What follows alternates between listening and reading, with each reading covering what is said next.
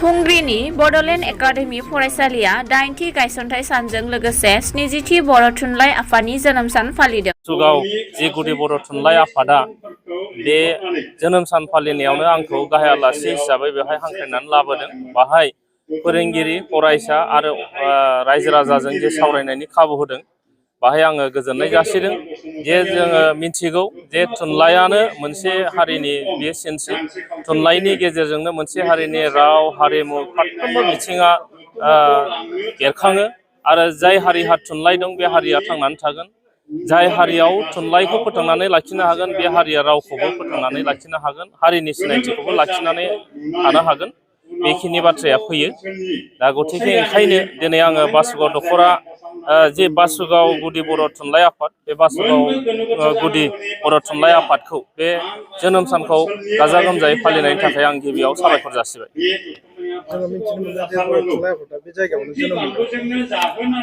औ, जोङो बयबो बेखौ जारिमिननिफ्राय मिथिनो मोनदों जे थांनाय 1952 मायथाइनि जे 10 नभेम्बर, बे 10 नभेम्बरावनो बे बासुगावनि जे गयबारि बाहायनो बे बर' थुनलाइ आफादा जोनोम मोनदों होननानै जों बयबो मिथियो। आरो ओंखायनो बे जायगाया दिनै बर' थुनलाइनि जारिमिनाव बियो बिराद गिदिर सनानि हांखो बा सनानि हांखोजों लिरनानै बेयो थाबाय।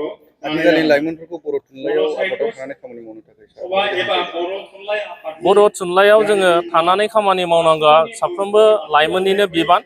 जे जोङो गावनि रावनि गेजेरजों जोङो जुदि थुनलाइखौ सिबियोबा बे गावखौबो सिनायथि होनाय जागोन, हारिखौबो सिनायथि होनाय जागोन। ओंखायनो बे थुनलाइ आफादाव थानानै खामानि मावोबा बेयावनो हारि बोखांनायनि खामानिया जानानै फैयो। दिनै चिरां जिल्लानि सिङाव थानाय खुंग्रि ओनसोलनि बड'ल एकाडेमि बे सरखारि फरायसालिया 8थि गायसनथाइ सानजों लोगोसे 70थि बर' थुनलाइ आफादनि जोनोम सान फालिनाय जायो। लोगोसे बेजों लोब्बा लाखिनानै फरायसाफोरनि दिथागिरि मेलबो लाफानाय जायो।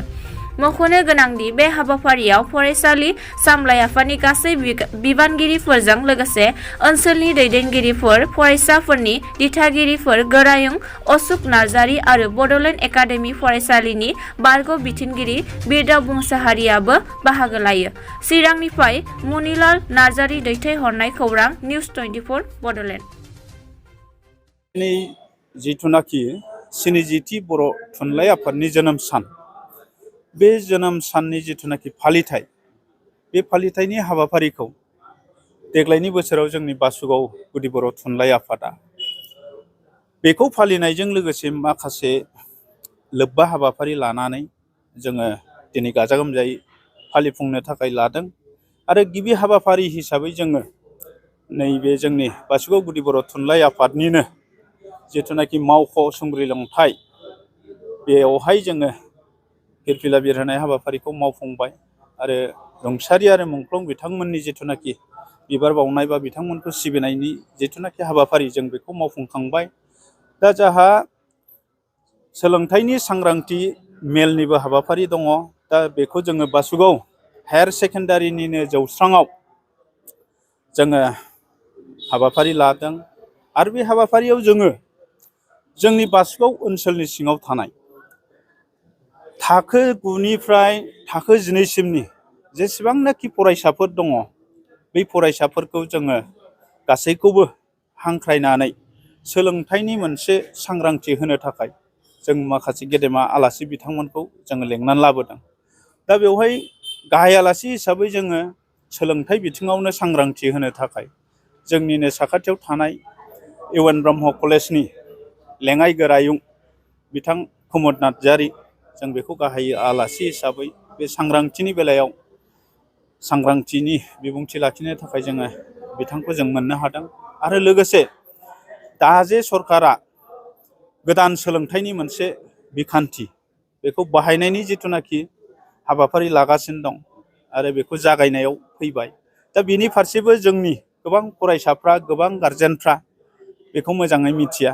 दा बिनि सोमोन्दैबो बे सांग्रांथि मेलनि गेजेरजों बे सोलोंथाइ गोदान बिखान्थिखौ दिनै मोजाङै मिथिसार होनो थाखाय जोङो बिथांनि सायाव जों आसा खालामनानै बिथांखौ माने जुनिया आलासि हिसाबै जों लादों। आरो बेवहाय जोंहा गोग्गाथाव बाथ्राबाव जोंनि बासुगाव ओनसोलनिनो दुलाराय बड' गुदि फोरोंगिरि आफादनि बिथां कामिनी कुमार बसुमतारी दासान्दि लेङाइ आफादगिरि महरै दा बिथांखौबो जोङो बे मेलनि बेखेवगिरि आलासि महरै जों मोननो हादों। आरो बेवहाय जोङो फरायसाफोरखौल' लानाय जायाखै।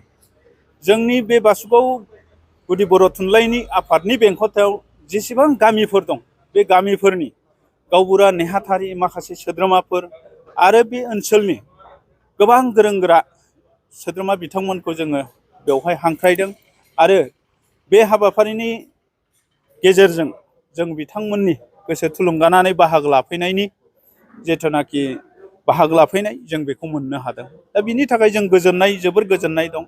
दिनैनि बे जिथुनाखि 70थि बर' थुनलाइ आफादनि जोनोम सान बे फालिथायाव बयबो जे देग्लायनि बोसोराव गाजा गोमजायै जोंनि बे हाबाफारिखौ जाफुंसार होनायाव मदद होफैदों। आं बेखिनिनि थाखाय आफादनि जानानै बयनिसिमबो आङो गोरबोनि साबायखरखौ जासिदों आरो।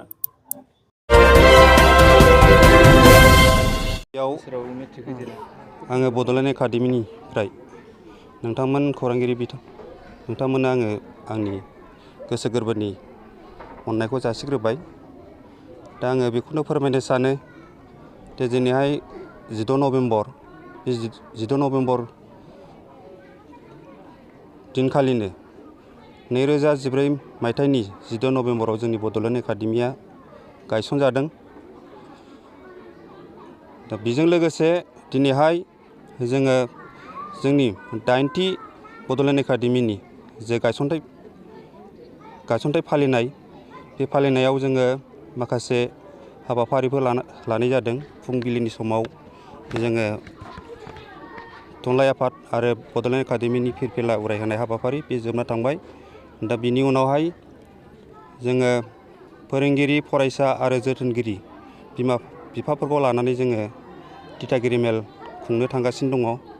दा बेवहाय आङो बड'लेण्ड एकाडेमिनि गोरायुं हिसाबै आङो बेखौल' बुंनो सानो, दा थांनाय जोंहा 2019 मायथाइनिफ्राय आरो फैगौ 2023 मायथाइसिमाव जोंना HLC एग्जाम होनायनि खोलोबा 4थि खोलोब थांगोन। आरो जेब्ला समनिफ्राय 2019 मायथाइनिफ्राय जोंनि बड'लेण्ड एकाडेमिनि याव फरायनानै जायनाखि HLC एग्जाम होनाय बियो दासिमबो सासेबो 0 जाफेराखै एबा फेल जाफेराखै। होजेननायनिफ्रायनो जोङो फार्स्ट डिभिजन फरायसा मोनबोबाय थादों। आरो फैयै फैयै जोंहा 2020 मायथाइयाव माखासे कभिडनि थाखाय जोंहा जोंनि बड'लेण्ड एकाडेमियाव फरायनाय गथ'फोरा जोङो मोजां रोखोमै HLC एग्जाम होनो मोनैयाव मोजां रिजाल्ट दिन्थिनो हायाखै।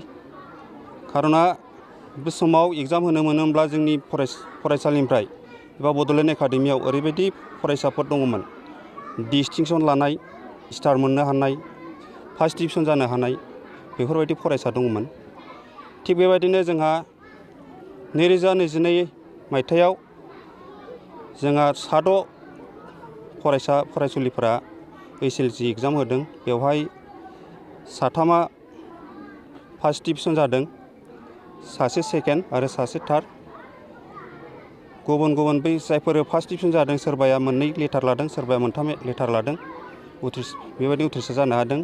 नाथाय दुखुथिया जोंहा एग्जाम होबाय थानाय समाव 6 फरायसाया एग्जाम होबाय थानाय समाव खाफाल हावरिया जायनाखि सासे फरायसुलिया हिन्दी एग्जाम दंबावोमोन, नाथाय बेवहाय न'खराव बा मा बेसनि थाखाय मा उसुबिदानि थाखाय माखासे सुइसाइडबो जानो गोनां जादों। बेयो जोंनि बड'लेण्ड एकाडेमिनि थाखाय सुख'हायै दुखुथिया। आरो बेवहाय बिथाङा जोङो मोनबा साबजेक्टखौ रिजायनानै नायोब्ला नुनो मोन्दों बिथाङाबो फार्स्ट डिभिजन जागौमोन, आङो फोथायनाय दङ। दा बेनो देग्लायहाय जोंहा गासै 10 फरायसाफोरा फैगौ 2023 मायथाइयाव HLC एग्जाम होनो थाखाय नारा नाथा जुजिगासिनो दङ। बिथांमोननि फरायनायनि गेजेरजों नाजानाय आरो जोंनि फोरोंगिरिफोरनि नाजानायनि गेजेरजों जोङो दाख्लै स्क्रिनिं टेस्ट जाना थांबाय। बेवहाय जोङो माखासे मोजां जे आसा खालामनो हायो मोजां पारसेन्ट लानानै उथ्रिसारनो हागोन बड'लेण्ड एकाडेमिनिफ्राय। आं बेखौ मिजिंथिनाय दङ आरो फोथायनाय दङ। आरो बेवहाय जे बड'लेण्ड एकाडेमि जोंनि खुंग्रियाव गायसननाय जादों, थांखिया जोंनिया लाब आरजिनाय नङा। बेवहाय जोङो एरिया हिसाबै गोग्लैसोनाय एरिया, बे एरियानिफ्राय माब्रैबा जोंनि फरायसा फरायसुलिफोरा मोजां रोखोमै फरायनानै गोजौ थाखोनि शिक्षा लानानै खुंग्रिं बायदि ओनसोलाव सासे राफोद एबा गुन गोनां सुबुं दोहोन आरजिनो हायो, बे जोंनि थांखि। नाथाय आं बेखौल' बुंगोन, गोरायुं जानानै गंसे प्राइभेट स्कुल खुलिनायाबो गोरलै नङा। गोबां रोखोमनि जेंना जेंसिजों मोगा मोगि जानो गोनां जायो आरो बेफोरखौ बुंनानै फोजोबनो हानाय नङा।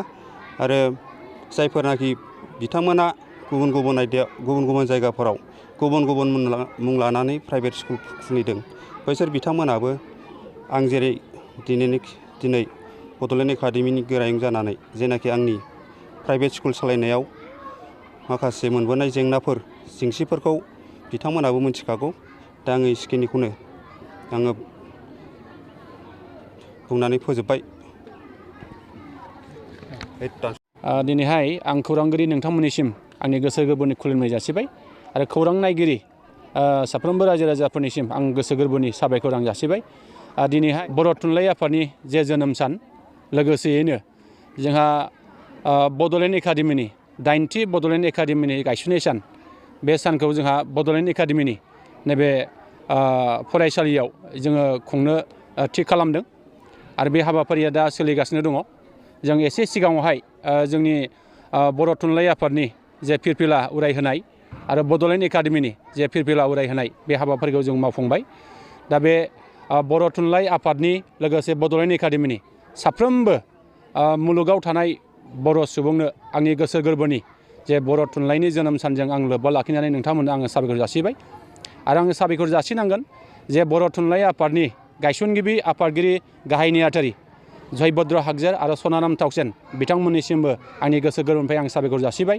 आथिखालाव सोलिफुबाय थानाय बर' थुनलाइ आफादनि जे आफादगिरि आरो गाहाय नेहाथारि फारियै तरेन बर' आरो प्रसान्त बर' बिथांमोननिसिमबो आङो साबायखर जासिबाय।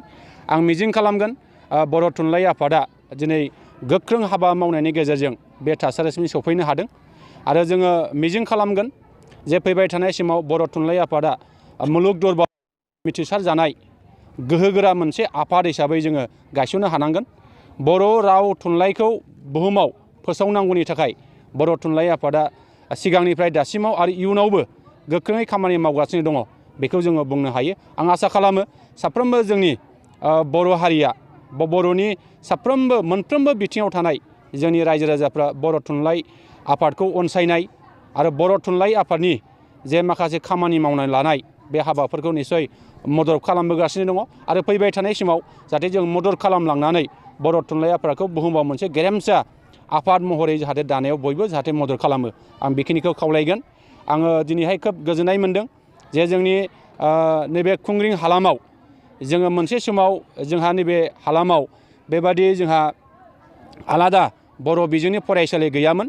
दा बेखौ जोङो मोनसे समाव जोंनि बे ओनसोलाव थानाय गुबुन गुबुन आफादनि दैदेनगिरिफोर, जोंनि सानसुमै मेलेमजिबि बिथांमोन, गासै रायजो राजाफोरखौ लानानै जोङो खुंग्रिङाव मोनसे बर' बिजोंनि फरायसालि बे गायसननांगौनि थांखिजों जोङो थांनाय 2014 मायथाइयाव दिनैनि नैबे गोथार सानाव थामहिनबा 16 नभेम्बर खालिनो जोङो बड'लेण्ड एकाडेमिखौ जोङो गायसननाय जादोंमोन।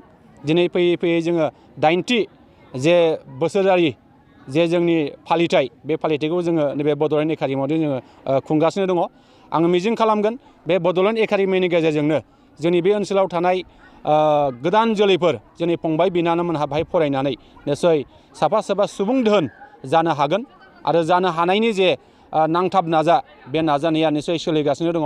आं मिजिं खालामगोन जाहाथे जोंनि बे ओनसोलनिफ्रायबो दिनै नङा गाबोन साफा साफा डिसि, साफा साफा एसपि, साफा साफा आइएस आइपिएस बेबादि जोनोम जानो नाजानायखौ जों नुबोगासिनो दङ। आं मिजिं खालामगोन जाहाथे जोंनि साफ्रोमबो रायजो राजाया बे फरायसालिनि फारसे अनसायनाय आरो बे ओनसोलनि साफ्रोमबो जोंनि बिबानगिरिफ्रा अनसायनाय बेखिनिखौ जों मोनगोन आरो फैबाय थानाय समाव जोङो बे बड'लेण्ड एकाडेमिनि गेजेरजों जोंनि बे ओनसोलाव मोजां मोनसे थासारि आरो सुबुं धोन आरजिनायाव जोङो निस्सय मोननो हागोन, बेखिनिखौ आं मिजिं खालामो।